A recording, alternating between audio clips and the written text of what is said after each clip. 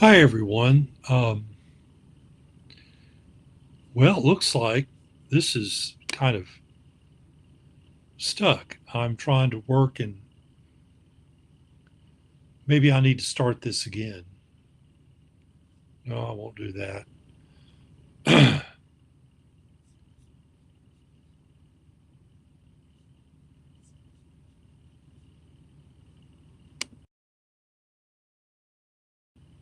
me try to get that. Well,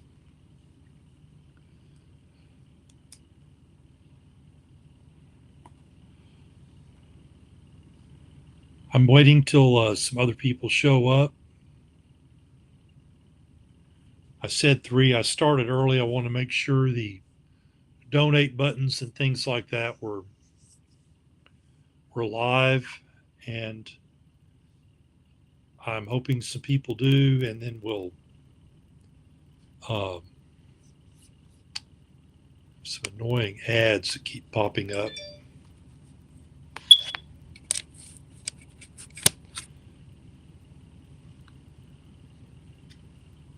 Let me check something out here. No. So, yeah, for some reason, my image is frozen here. I don't know why.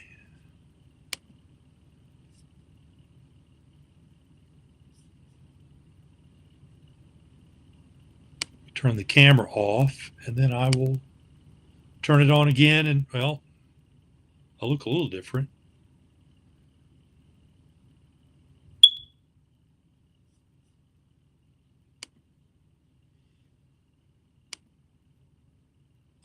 Okay, that's a little more dignified. At least if it's not going to play and show me talking, at least I will look a little less whatever.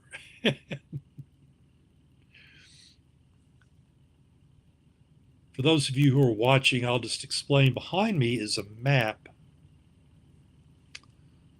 of the state of Arkansas with all the railroads listed, but somehow it's gotten flipped around. And I don't know how to fix that.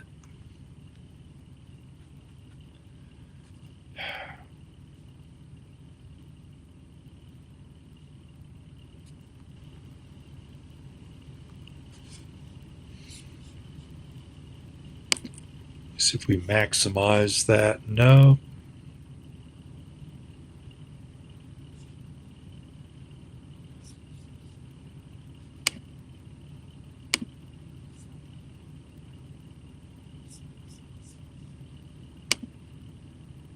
Minimize it again.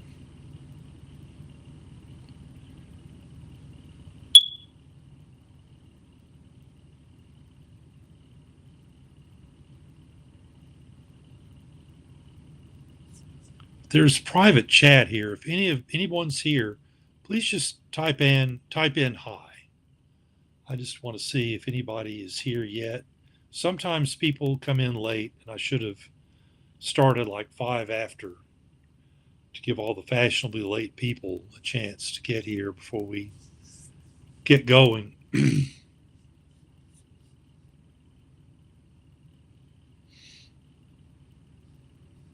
Oh, it does say there's one person on Facebook watching.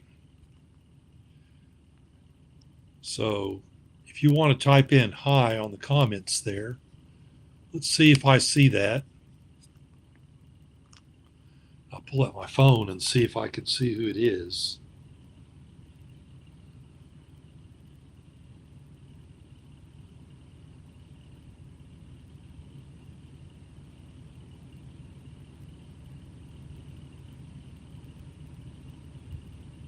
One comment. Oh, Terry Trammell. Hi. Hi, Terry.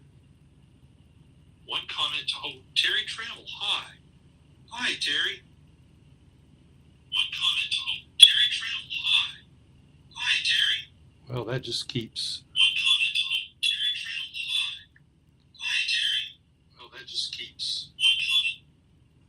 Okay, I'm going to turn that off. All right. Well, we'll give everyone. Oh, there we go. Facebook user. Hi. There we go.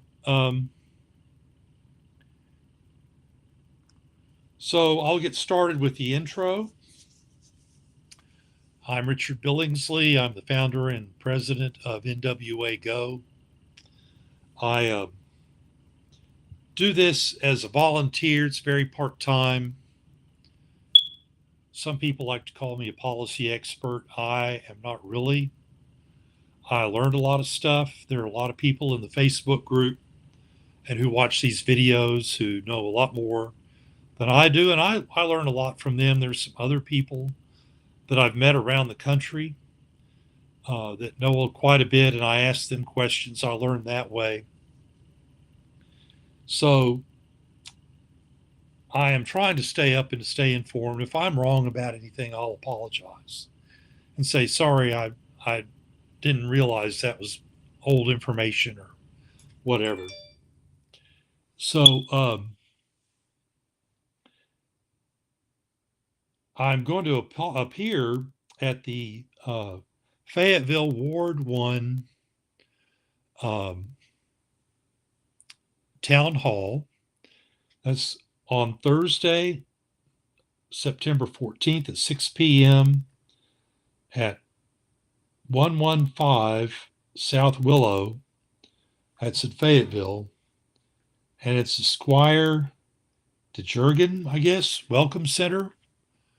So I'll be there to try to give a short talk on the need for mass transit in Fayetteville. Also, tomorrow, I'm going to meet with Jacqueline Froelich. I'm sorry if I mispronounced your name, Jacqueline. She is a reporter with NPR located here in Fayetteville. And I'm going to appear on KUAF later, and there'll be more details to follow. They have to record the episode. They're going to interview some other people, put it all together. I'll be talking about primarily rail, but today we'll be talking about a lot of other things. So, actually, let's get into the talk. First, I'm going to just kind of give us a general vision. Well, first, I need to tell you that this is not an exhaustive policy list. It gets us started. There's so much we could talk about. It would take hours, and I don't want to take up hours of people's time. The shorter these videos are, the more people that watch them I found. So we have quite a few here on NWA Go on YouTube, so please check them out. But what I thought I would do first is talk about generally what we want, what it's going to look like in very broad terms. We're going to talk about some issues here in Arkansas. We're going to talk about local politicians, the role they play in bringing this about, and some policies that we would like them to enact. Talk about on the state level, things they can do. There's a lot we can do on the state level. Finally, on the federal level, that's what most people think about. They think about who's representing us in Congress, who's the president. That is not enough. We've got to pay attention to local elections. Most people just go in when they vote.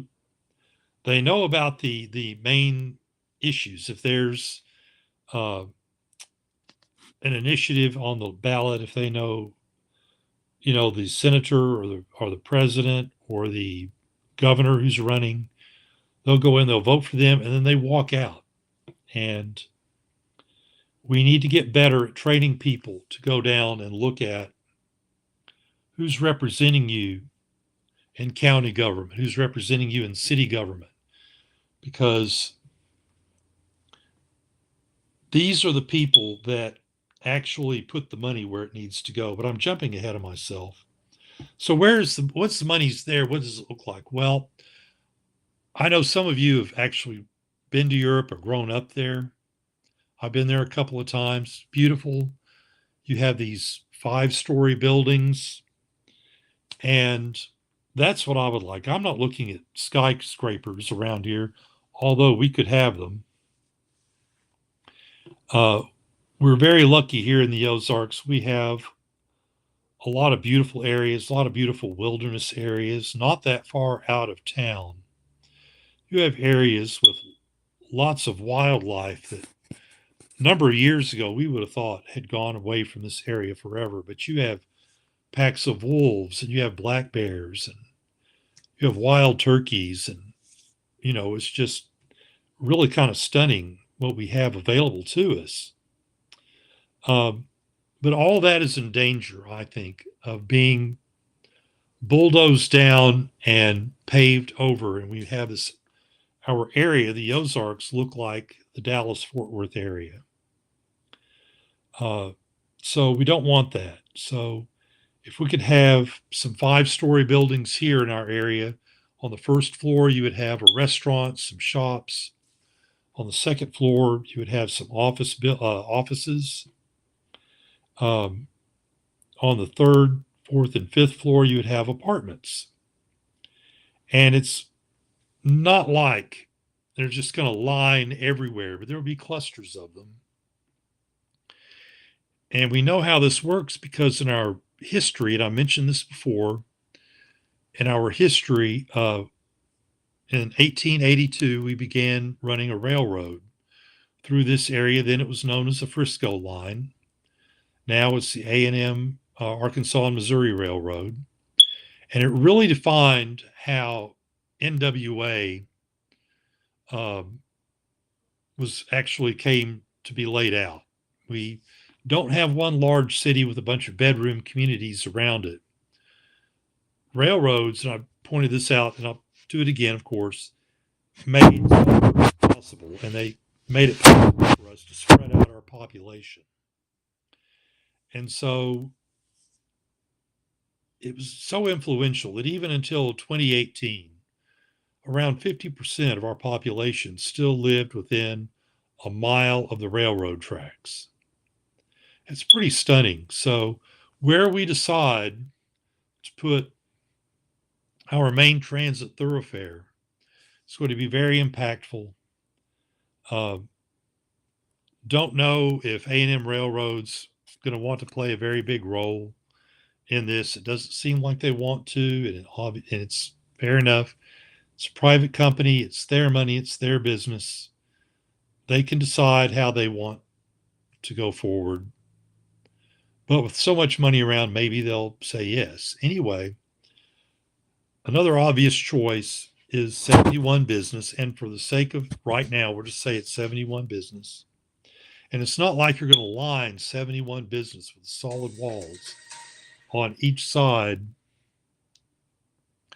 with these 5-story buildings.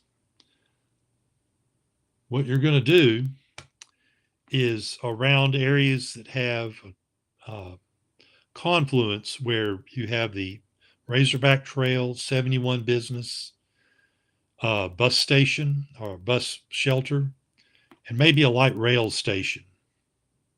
And also, really, passenger rail stations. We'll get back to that.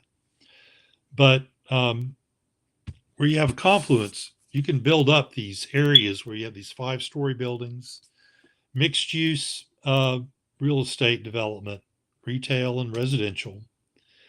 And this will create, small walkable spaces so that people don't have to rely on cars. And as we develop this, it's really going to do a lot more faster, I should say, do very much faster than building some of the rail projects and some of the others that we could do, because those take years, and this could take just a couple of years. So anyway, around the bus shelters, you have buses running pretty much 24/7 during the high capacity times during business hours and into the evening. Buses come about every 15 minutes. And so it's easy to jump on a bus, get where you're going. For the sake of this, we're going to say we have an overhead light rail service. I was on one in the Washington, D.C. metro area a couple of times. That's an overhead. and it just flies. It just you just shoot along, and it goes pretty fast. So there are limited stops. You know, the buses stop every other block, pardon me, or whatever, but the light rail uh, has fewer stops, but it's very easy to get to the light rail with the bus service. So it runs pretty much, I would think, from South Fayetteville up to the Walmart corporate office in Bentonville, and then run it out to the airport and then run it back. That's not the only route, but that will just say in this vision, that's what we have. Now, an alternative vision is we do approach A&M. We have bags of money, and we say, hey, how about this? And they say, sure. So we have commuter rail. Commuter rail doesn't run perhaps as frequently or as fast as light rail because light rail is elevated. There's no intersections with roads or anything, so they can move on at a good clip. Commuter rail, though, would have intersections, and we last month we talked about the railroad crossing elimination program found in the bipartisan infrastructure bill, and we showed some examples of some of that work that's been done on the YouTube channel. We have 1 minute videos, and I did a series of those and showed one that needed to be done and one that was done, and one intersection that had actually railroad crossing that had been refurbished and the way it should be. So you'll have that with the uh, commuter rail, also with light rail. You can also have it in the street. We'll have rails running up and down the outside lanes on 71 Business. Light rail that way still interacts with traffic, but the big advantage there is it's not quite as expensive. It's way less expensive than an overhead system, and you just move masses of people at a time. If a bus takes 30, maybe 50 people, or takes a line of cars, I should say, off the road, uh, and decreases some traffic by operating a bus, you are really taking masses of cars off the road with light rail. So that's the third alternative. You could have a street tram. So what does it take to get this then? What are we looking for? Oh, and I'm sorry. And I'm also meant to mention we also have Amtrak coming through the area. Like to have it 2 or 3 times a day. I don't know, that's asking a lot. And I've been saying from uh, Kansas City, Missouri down to Shreveport, Louisiana, we have a great host railroad, Canadian Pacific Kansas City Southern, which is highly rated by Amtrak for cooperating and moving their freight trains over to let Amtrak by, which is very important for on time performance. But we may not get that. And plus, Amtrak is typically 750 miles. Uh, yeah, Steve has proposed full plans. Yeah, I mean, there's other plans and everything out there. I just don't have time today to go over all of it. Um, but I do want to say though, if we could get Amtrak to come through, we'd probably want to go all the way down to New Orleans from Kansas City, and that is very doable. The Amtrak is actually looking at some similar routes, and so we need to get uh, on that list. And it's called the Corridor Identification Program, and this is full-fledged passenger rail. So you sit in a nice seat, you have food service and all kinds of things. So very different from light rail. Light rail is more like a subway car. Not necessarily, we're not going to build subways, but it's like that.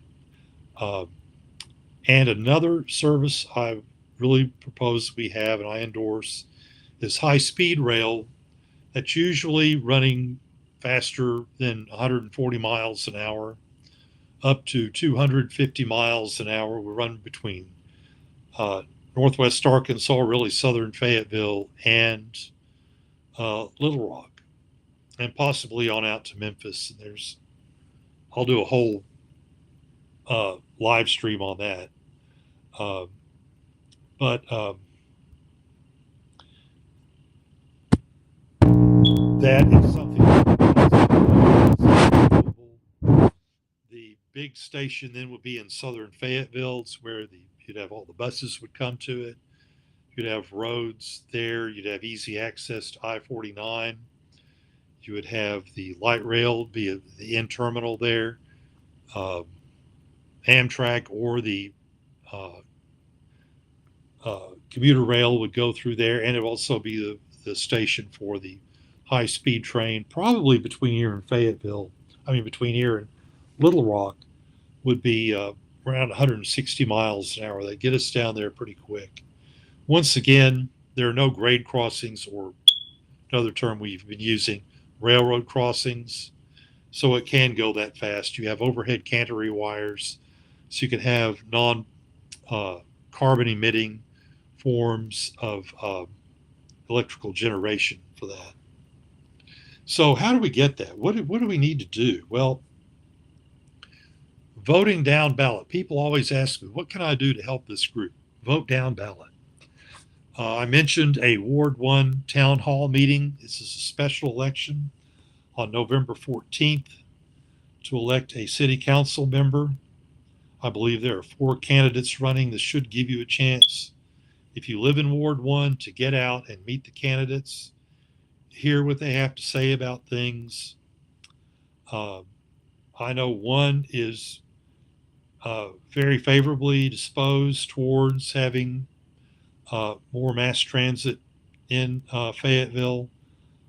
Some of the others are concerned about, Donald Trump won 2020 and some other things. So at NWA Go, we don't tell you how to vote. We don't tell you who to vote for.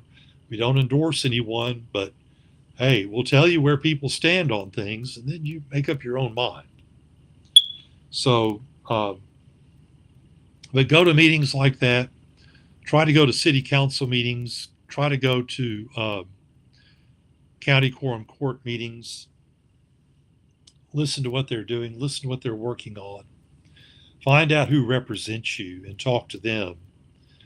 And tell them what you want. Tell them you want stuff like this. You want mixed use development. You want uh, mass transit of all kinds. You want to have Amtrak come through here. So the things that we would ask for from local politicians, and I'm sorry, I'm going to back up again. I have notes and I'm not looking at them. Let's also talk about some issues very quickly in Arkansas. One is poverty, which is just wrecking the state. We have a few pockets of prosperity in northwest Arkansas. We live in one. A state representative named Monty Holman, working in the eastern part of the state, worked with U.S. Steel and got 2 U.S. Steel plants uh, built in Osceola, Arkansas, and that's going to bring in some good paying jobs. That is really going to help. Maybe around Little Rock, there's some prosperity, but the rest of the state, people are moving out. The poverty means now that we're going to see food, pharmacy, healthcare deserts. That means there are places for miles around. You can't go to the store. You can't go see a doctor. You can't go to a hospital. If you need medication, I guess you have to order it through the mail. It's going to get rough. Uh, Most people in Arkansas, well, I won't say most, but the median income in Arkansas is around $27,000 a year, way below the national average. We're way below, way down at the bottom in terms of wage wages in Arkansas. People are leaving these parts of the state. They're coming here or going out of state to find work, and that is not helping anything. Uh, Another issue we have are high sales taxes. State sales taxes are 6.5%. Um, then when you add federal sales tax, county and city sales taxes, that's why you end up going out to buy a sandwich and you add 11% to what you paid for the sandwich because of all the sales taxes. The governor is talking about, that's Sarah Huckabee Sanders, she's talking about eliminating uh, state income tax, but in states that have eliminated it, property taxes and sales taxes shoot up sky high. And I don't know why we would endorse her plan um, to do that. Make it paying a modest state income tax if it keeps property taxes lower and allows us to lower the state sales tax.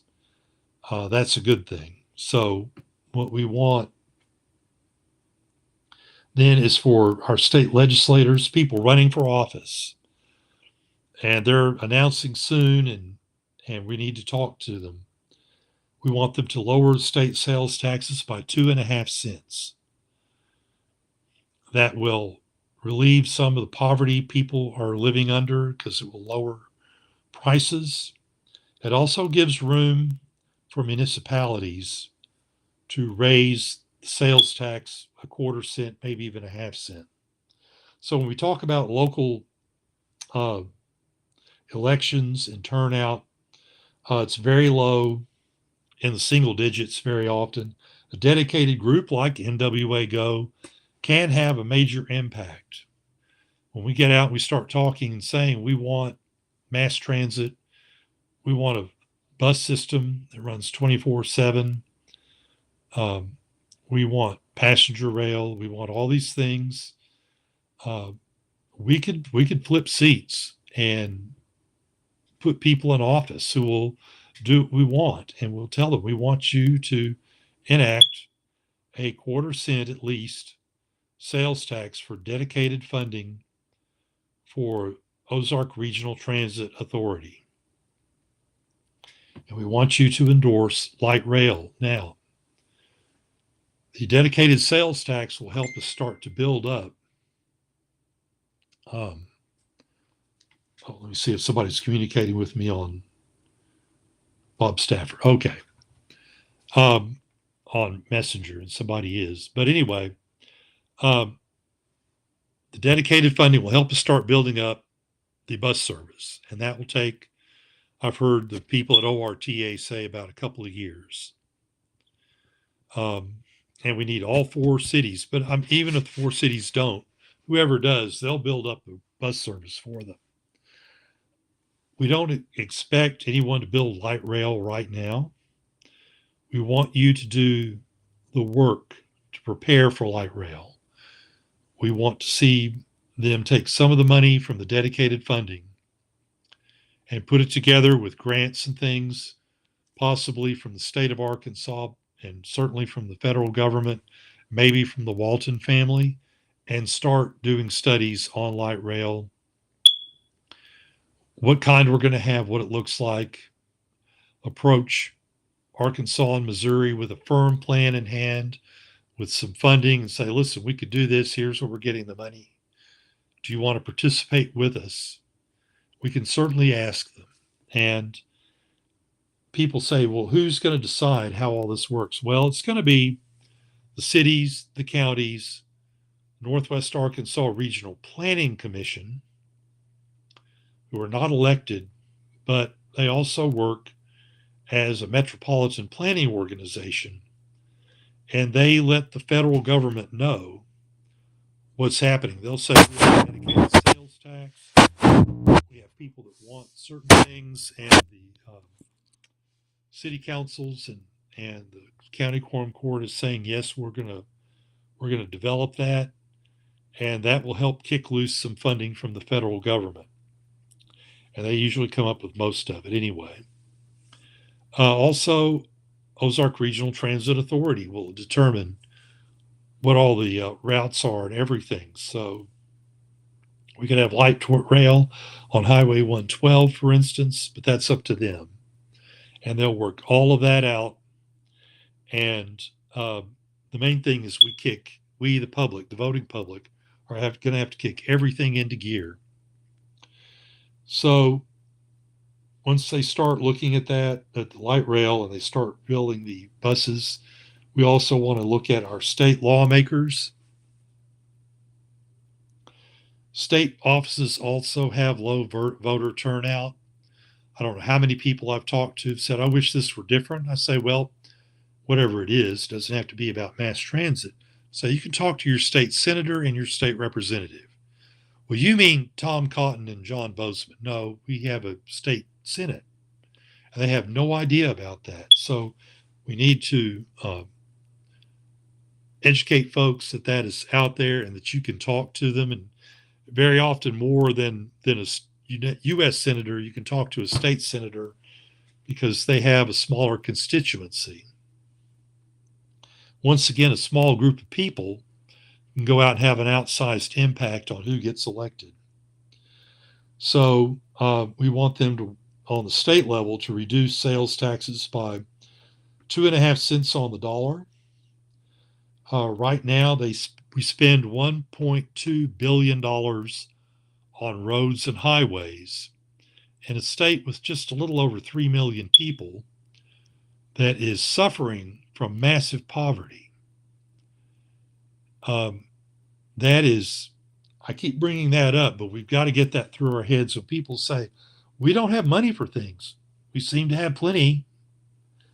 And so we want to take at least a small sliver of that money from the highway fund and put it into mass transit, including rail projects. So we want them to start looking at building the high-speed rail. We also want them to endorse getting Amtrak to run more routes through Arkansas. We have the Texas Eagle route that comes in the middle of the night. We want a daylight route. RDOT keeps trying to guesstimate how many people will ride passenger rail based on the current figures. Well, like I said, Texas Eagle comes through 1 in the morning. No wonder nobody rides it. You don't know it's there. You don't see it. And there's some other rails we could have. We could have a rail from, say, Jonesboro down to Memphis. That's on a BNSF. They also have pretty good marks from Amtrak. You wouldn't necessarily have an Amtrak, but you might have to have a state rail system. And if you had a state rail system and we didn't get Amtrak to come through, we could still have what's called an interstate passenger rail compact. The state compact is like treaties between states. Oklahoma has a law that allows them to join an interstate passenger rail compact. I have a copy of it. I'm going to try to get it to the State House Transportation Committee. I'm trying to set up a meeting with them. That's a little more difficult than some of the others I've been through, but I may just have to get hold of some folks that represent us in Little Rock and just give it to them and say and have them pass it on.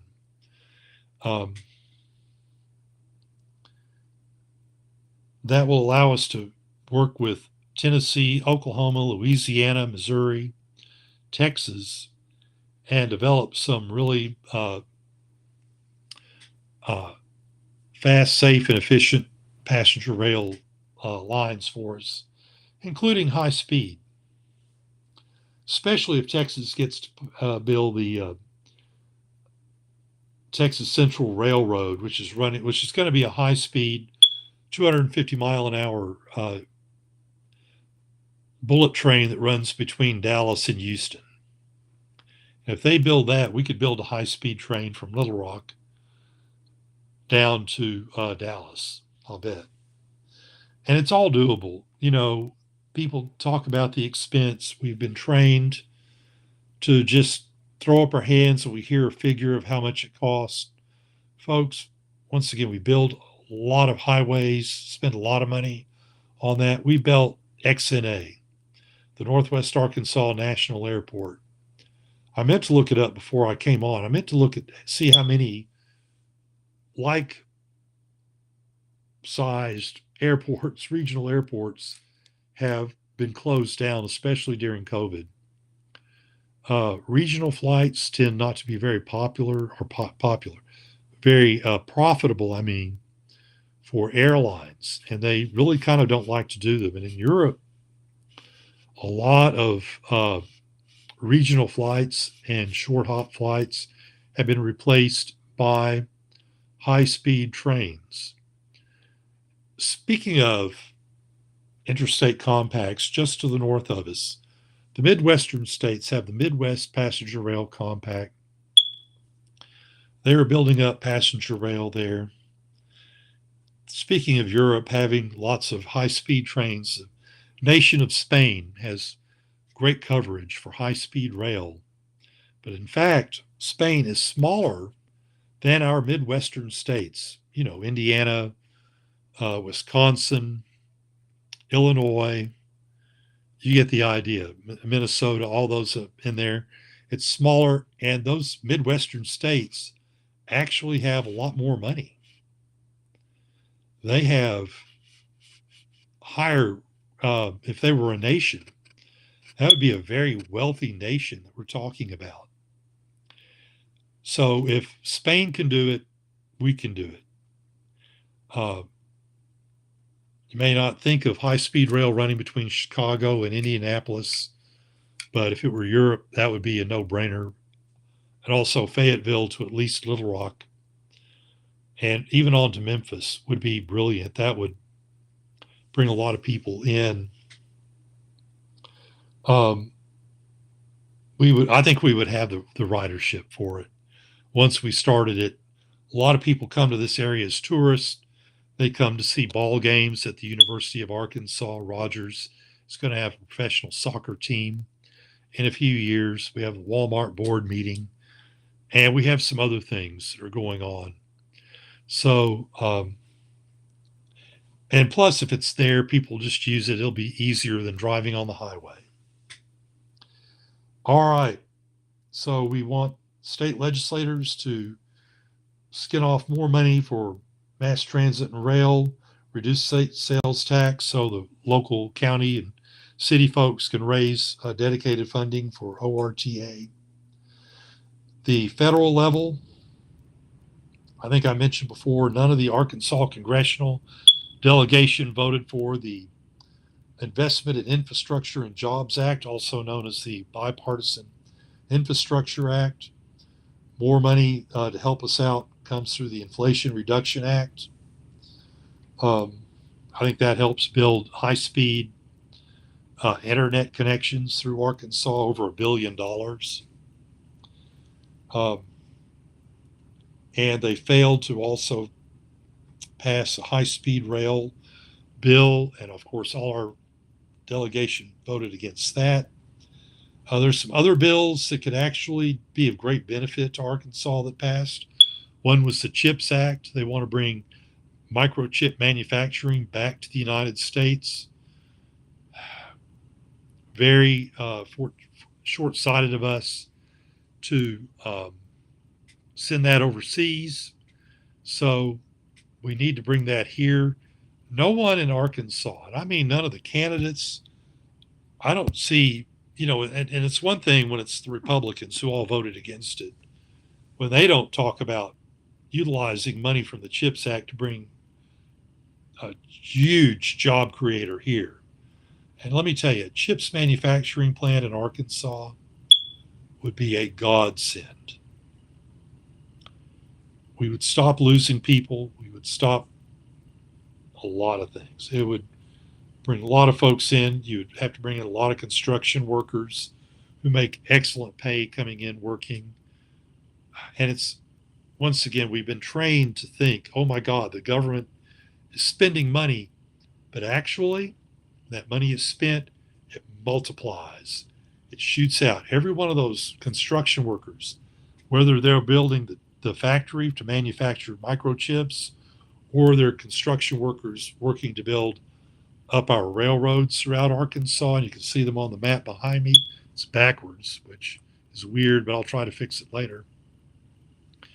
Um, those workers make between $60,000 and $100,000 a year. They will come and spend money in the local community that will help create 4.5 jobs. So the half job maybe is somebody who's working, but it's going to maintain their job. But extra people need to come on to stock shelves and to drive buses and do other things, clerk the store, sell insurance, sell cars. Uh, this would revitalize, be an economic renaissance for Arkansas to do these things. So we need congressional representation that votes for these and also votes to fully fund them.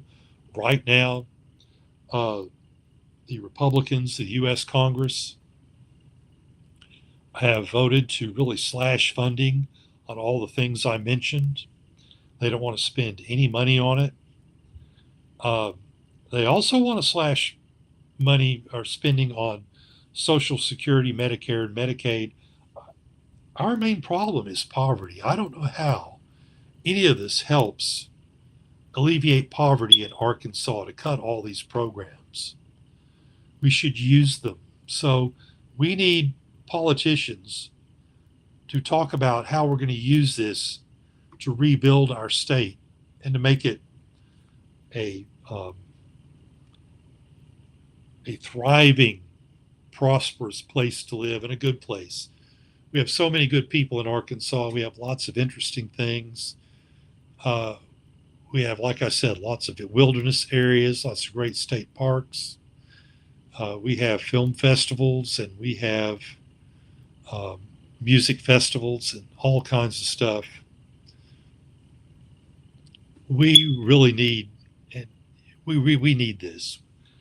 And it seems to me that there's a political party, once again, not telling you how to vote, but they are very vulnerable given their stances on things. And I don't hear very much of a challenge against them. And that is, to me, is heartbreaking. We need to um, we need to start to stand up for ourselves. It's okay to stand up and say, I want something, and it's something that's going to be meaningful. It's going to cut carbon emissions. It's going to create jobs and build wealth, generational wealth for people who right now are poor. Great prescription for poverty is good paying jobs. And you know, a lot of the jobs I'm talking about will help lead to a lot of great small business growth, which we need. That's what real prosperity, I think, comes from. So that's my basic presentation for today. Does anyone have any questions?